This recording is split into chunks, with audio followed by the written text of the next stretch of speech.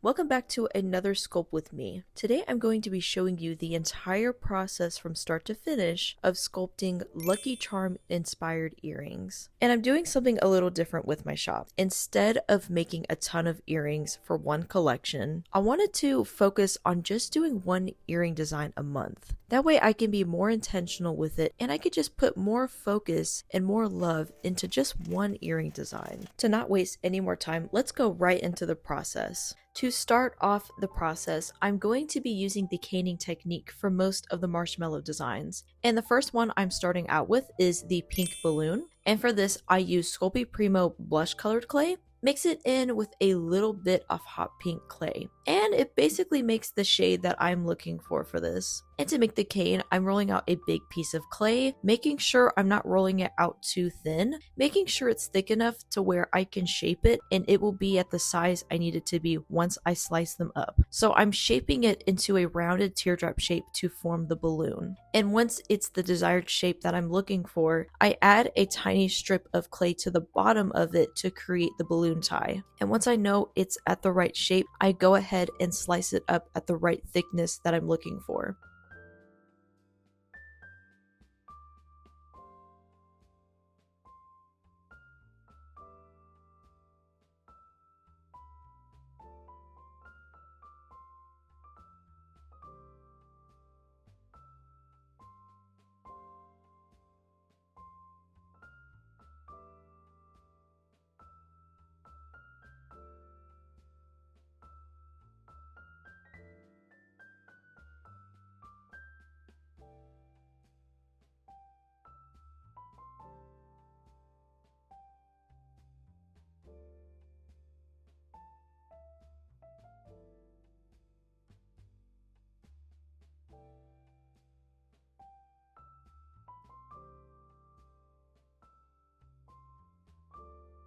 The next order of business after slicing out each little balloon is making sure to sculpt it to look like a marshmallow. How I do this is I round out the edges of the little tiny marshmallows and I use my texturing brush to texture the entire marshmallow. Marshmallows aren't perfectly smooth, they do have a bit of texture to it, especially the Lucky Charm marshmallow, so that's what I'm trying to aim for here.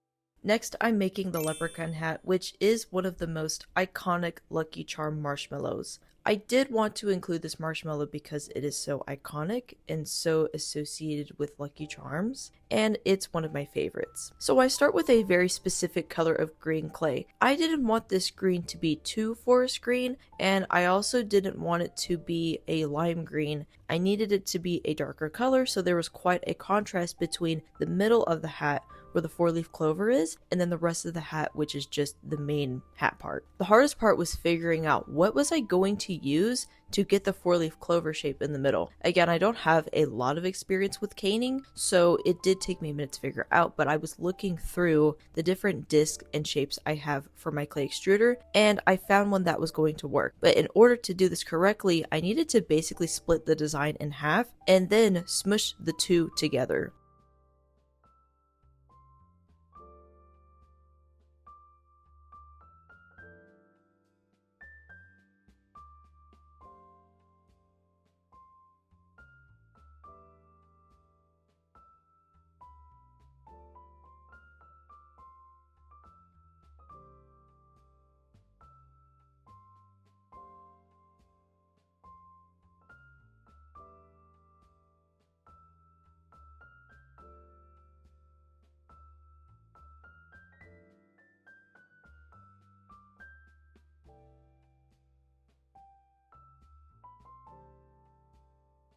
So now that I have created the middle of the leprechaun hat, I'm moving on to create the outer layer of the hat, which is a lime green. I basically flattened out a layer of green clay, but not too thin, slightly thick enough so it looks enough to cover it and get it to the size I need it to be. I'm covering the top and the sides of the hat, not the bottom though, because for the bottom I'm going to be using a flat strip of green clay to get the bottom rim of the hat.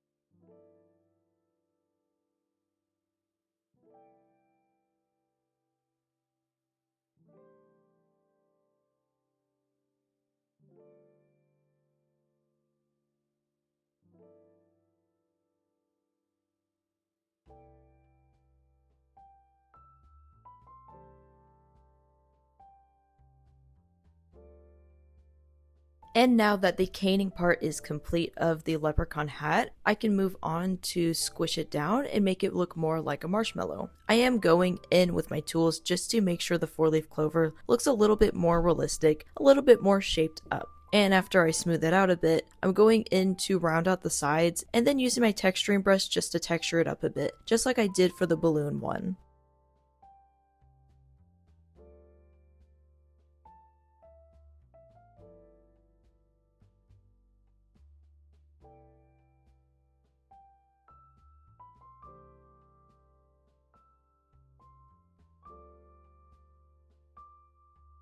Now it's time to make my personal favorite marshmallow, which is the rainbow. For this one, I'm layering strips of clay, starting with pink and then moving on to yellow and then to blue. And to help shape this, I needed something round that I could use to curve and make a rainbow. And for this, I'm just using a folded sheet of paper, specifically cardstock so it's thick enough. And as you can see, I'm just using the pink clay and putting it right over the piece of paper. That way it's nice and rounded out like I need it to be. And then I'm going to continue on to do this with the other colors. And I did use my pasta machine to make sure that I got the right thickness for each color so nothing looked too uneven.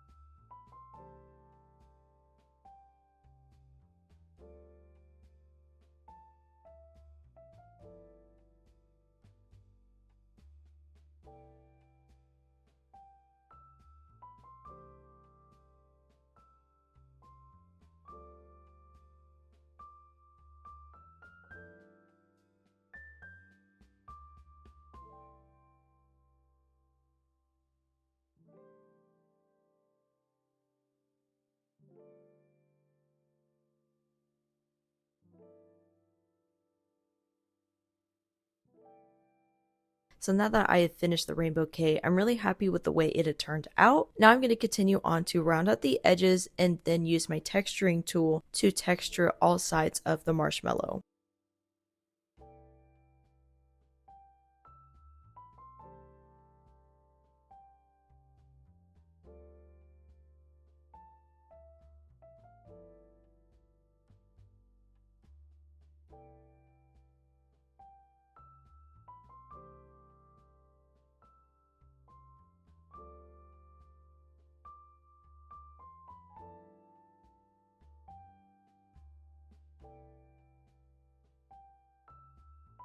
Moving on to the horseshoe marshmallow, this is the final caning process I'm going to be doing for the marshmallow earrings. I'm just rolling out some purple colored clay, then I'm going to flatten it out with my rolling pin, just flattening it out slightly, not too thin because I need this horseshoe to be thick enough to get it to the size I need it to be. And I will be using the same sheet of paper I used for the rainbow cane for the horseshoe cane.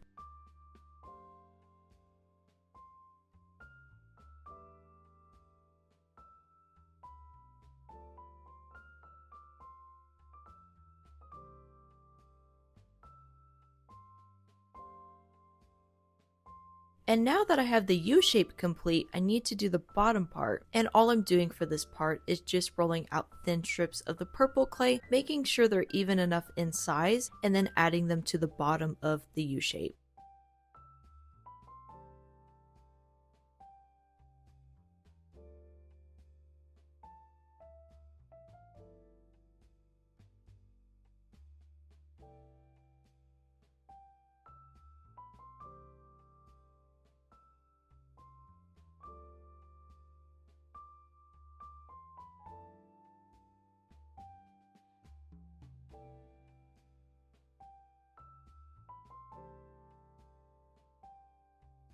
So once the cane is finally at the shape it needs to be, I can go ahead and cut out slices, then I can continue on to round out the edges and then use my texturing brush again to texture the entire marshmallow.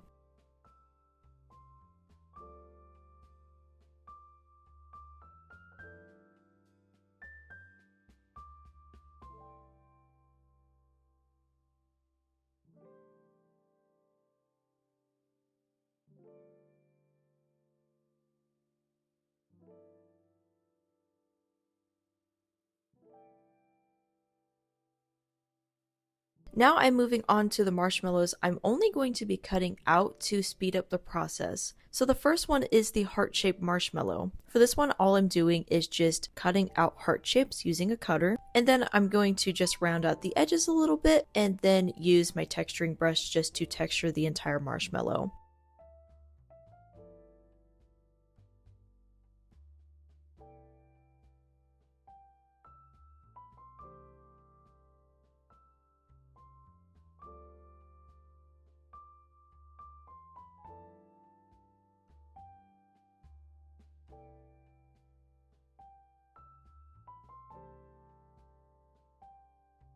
And now I'm moving on to the final marshmallow I wanted to make, which is a star. I am aware that this is not a marshmallow that is in the actual cereal mix, but I felt really called to make a star marshmallow. I also did this because I needed to make sure I wasn't spending way too much time on these earrings. I was going to do the shooting star, but honestly, I just really wanted to do just a very simple star. This is something that I always wanted to see in the marshmallow mix that I haven't seen before, but I also just wanted to put my own spin on these earrings and it just felt right to me. And I think they're super cute. So all I'm doing for these ones is just using yellow clay and cutting out a star shape using my star shape cutter. And then I round out and smooth out the edges and then use my texturing brush to texture it.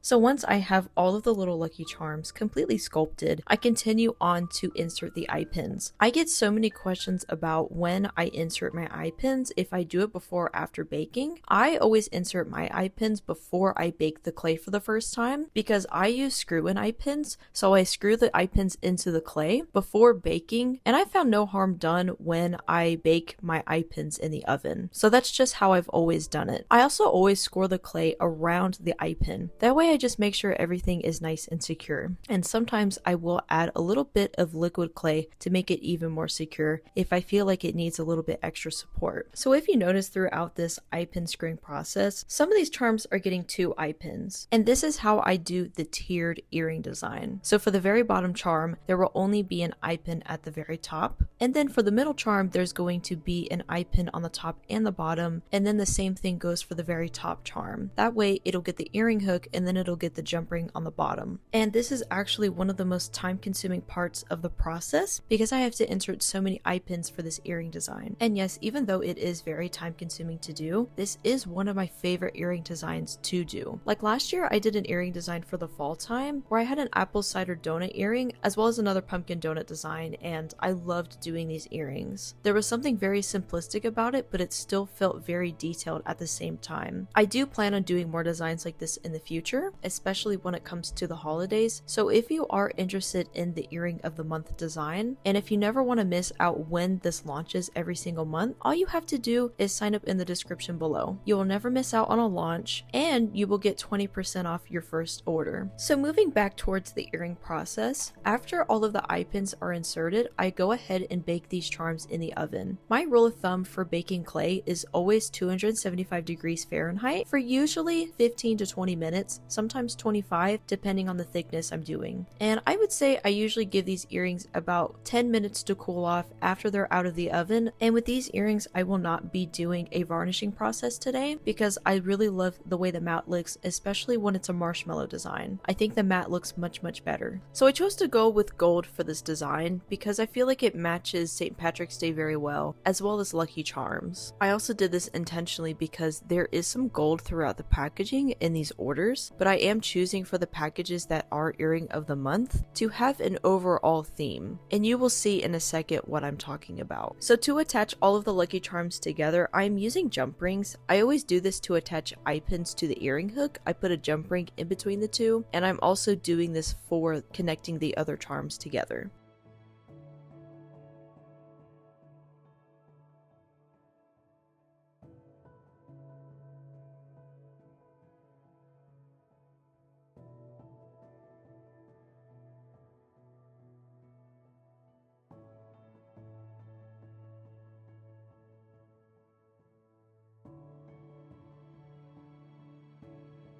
So now let's go into the packaging for the earring of the month. I chose to do white cards with gold writing, and I commissioned my sister to make all of my earring cards with her Cricut machine. I think that the gold glittery writing just looks so good, especially with the gold hardware. And I always slip my earring cards into cellophane bags, that way everything is nicely packaged up.